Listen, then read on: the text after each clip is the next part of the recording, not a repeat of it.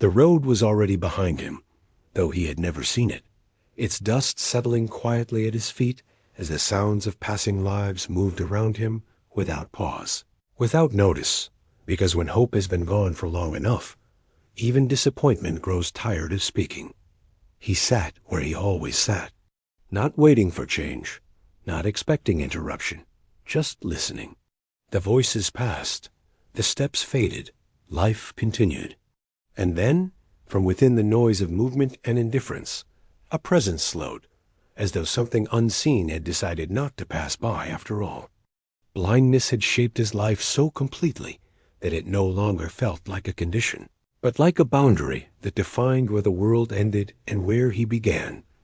Because when sight has never belonged to you, imagination becomes both refuge and limitation, filling in what can never be confirmed.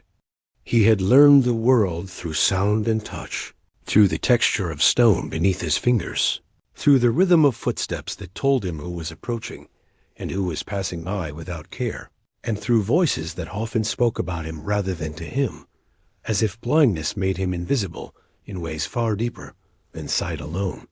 There had been a time, long ago, when he asked questions, why he was born this way, what mistake had been made, what he had done to deserve a life lived on the margins.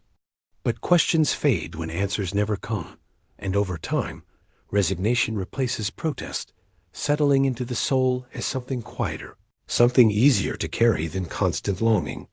People had told him to accept his condition, to stop hoping for what had never been promised, reminding him that some lives are simply meant to be endured rather than changed, and eventually, even hope learned to sit silently beside him, no longer demanding anything of the future.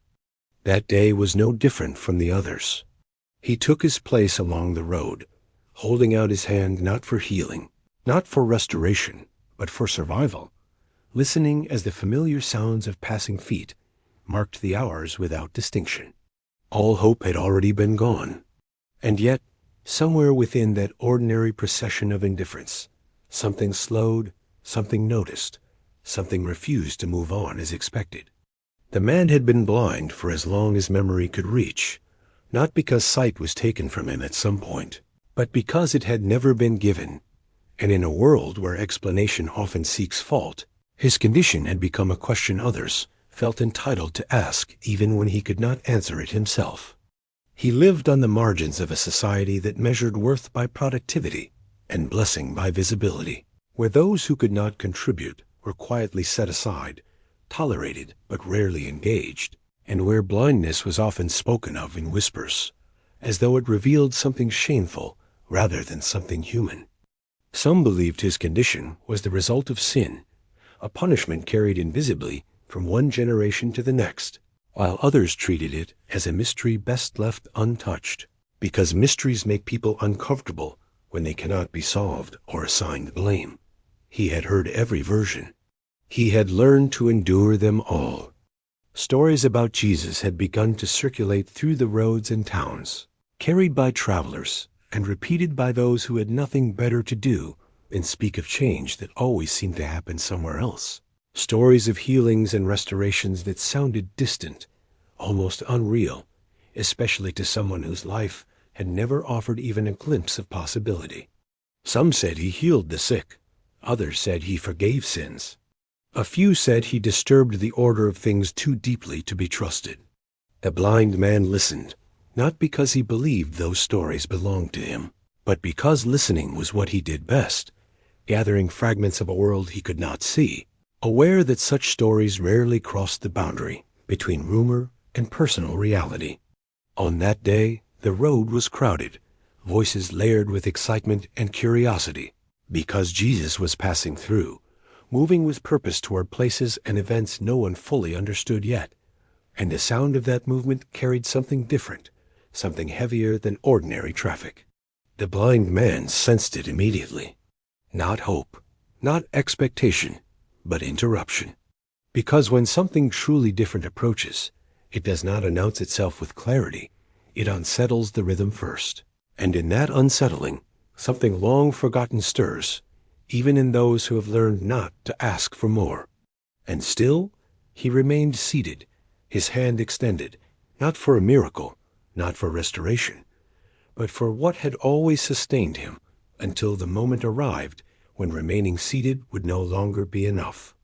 Blindness, when carried from birth, eventually stops feeling like something that might change and begins to feel like something that simply is, a fixed boundary around which life learns to organize itself, shaping habits, expectations, and limits so thoroughly that the idea of restoration becomes not painful, but irrelevant. He had learned where to sit, when to speak, when to remain silent.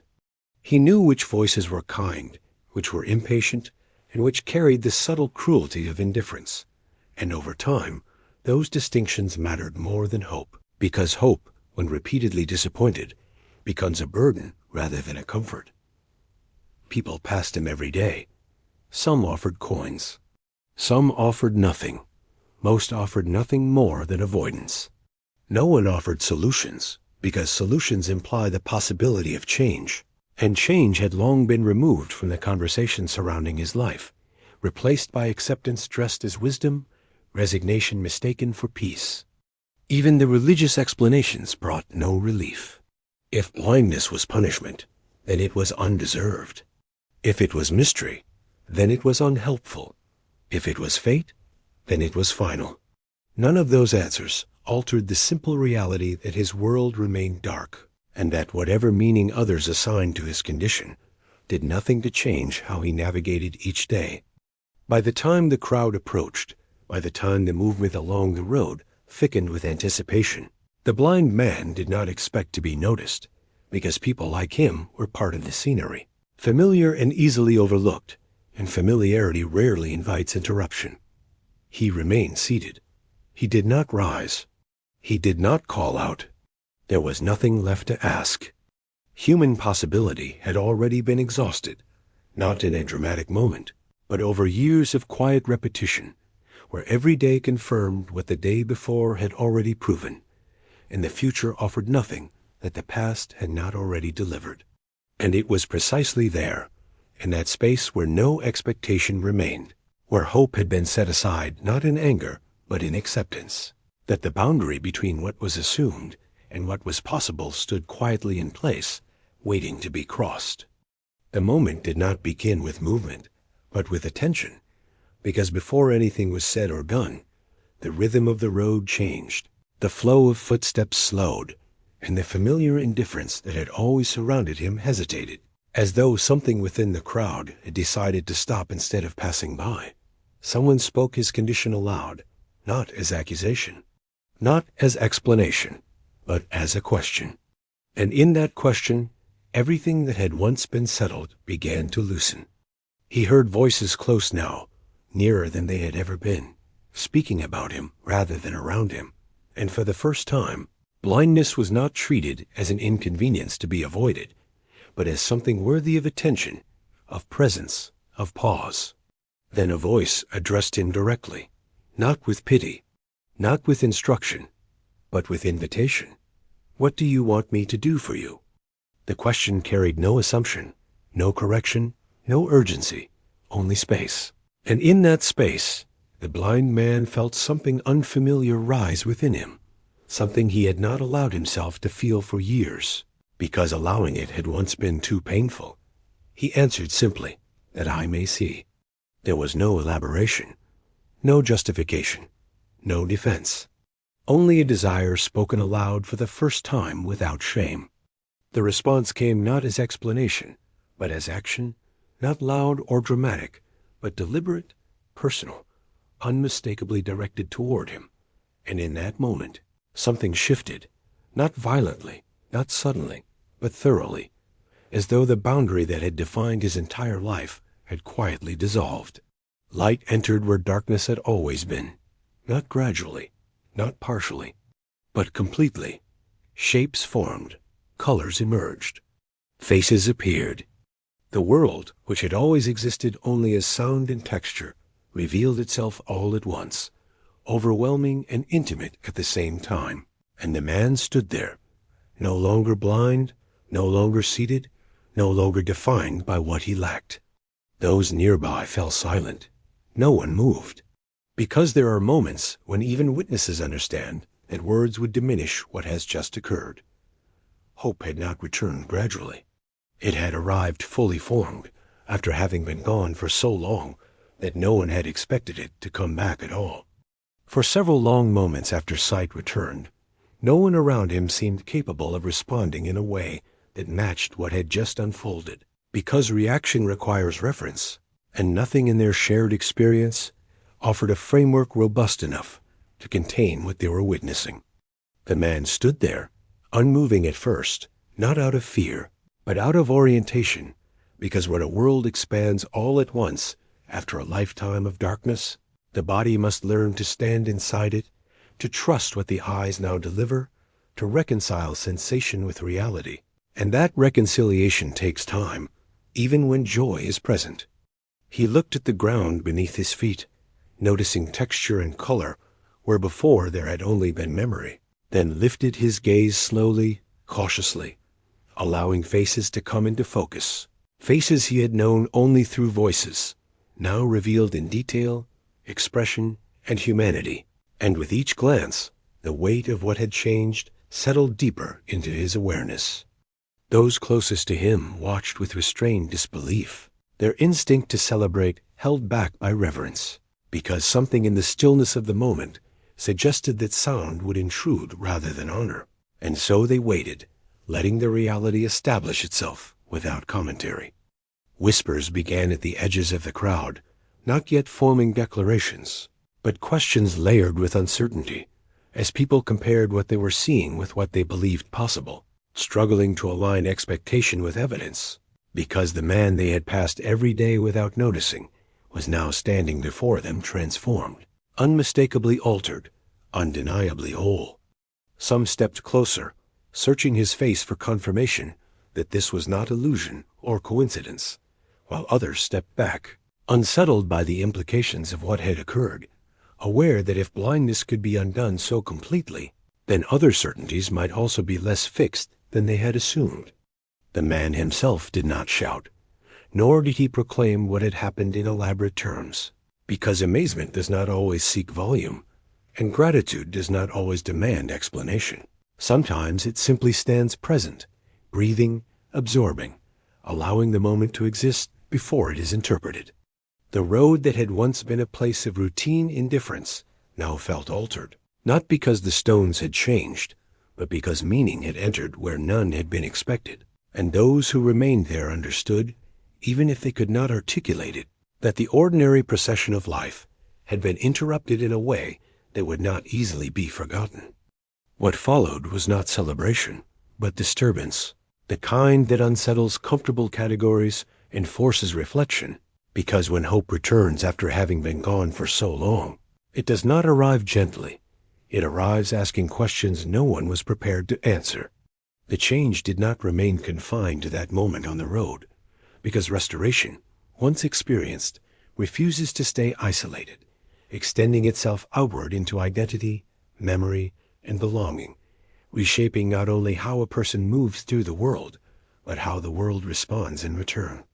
The man who had once been defined by blindness now had to learn how to be seen, not merely with eyes, but with expectation, suspicion, curiosity, and sometimes resistance, because transformation disrupts more than suffering ever did, forcing communities to reconsider what they thought they understood. People questioned him repeatedly, not always out of malice, but out of disbelief, asking how this could have happened, who was responsible, whether the change would last, and whether it could be trusted, because permanence matters deeply when certainty has been shaken. He answered simply. He did not offer theories. He did not attempt interpretation.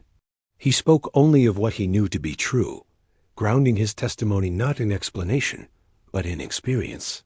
Because the difference between darkness and sight required no elaboration, it spoke for itself.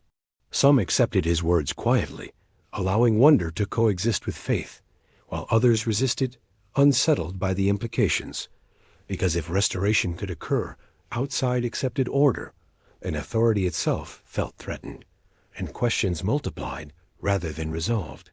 The man's life unfolded differently, after that day, not because it was suddenly free of difficulty, but because it was no longer constrained by the boundary that had once defined every possibility, and learning to live without that boundary required patience, humility, and courage.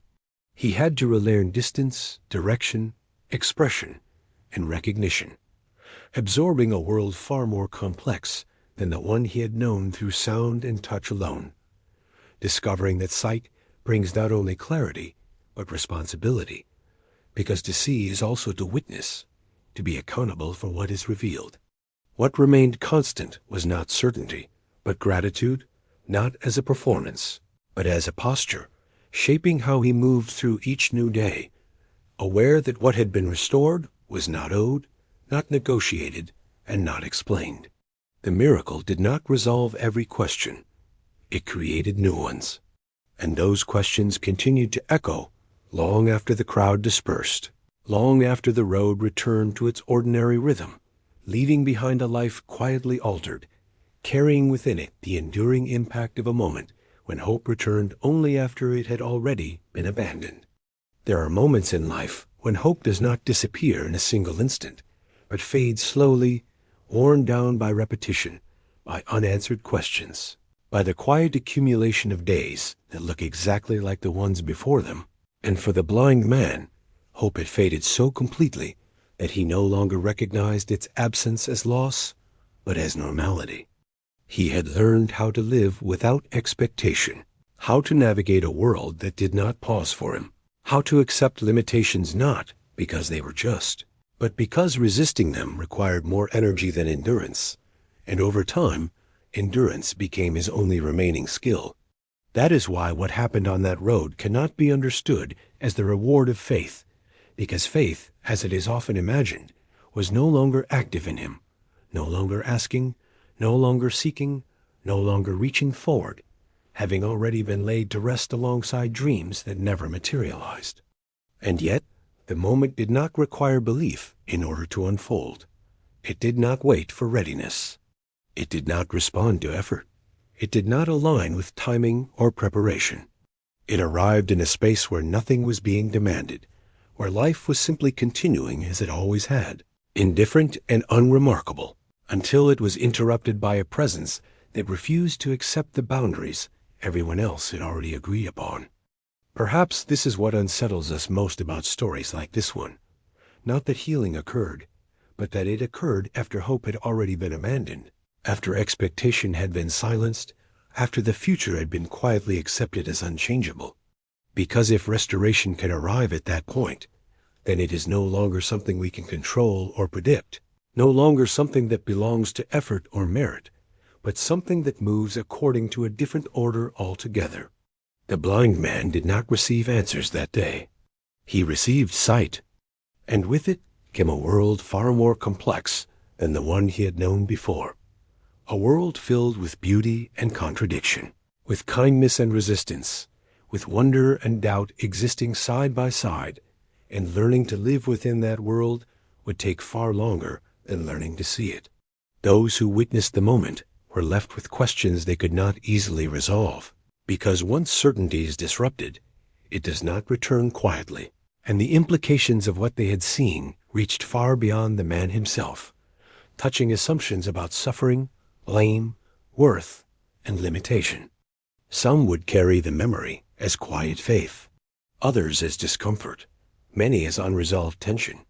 And perhaps that unresolved tension is precisely where the story is meant to rest, because not every moment of intervention is meant to become doctrine or proof. Some are meant to remain as interruption, a pause in the narrative of inevitability that invites reflection rather than conclusion. The miracle did not announce a new rule. It did not promise repetition. It did not explain itself. It simply happened, leaving behind a man who could now see, and a crowd who could no longer see the world in quite the same way they had before. And maybe that is the deeper meaning carried by moments like this. Not that hope should be sustained endlessly, but that even when hope is gone, even when expectation has dissolved and acceptance has settled in, the story may not be finished where we believe it is. Because sometimes, when all hope is gone, What remains is not emptiness, but space. And in that space, without warning, heaven answers.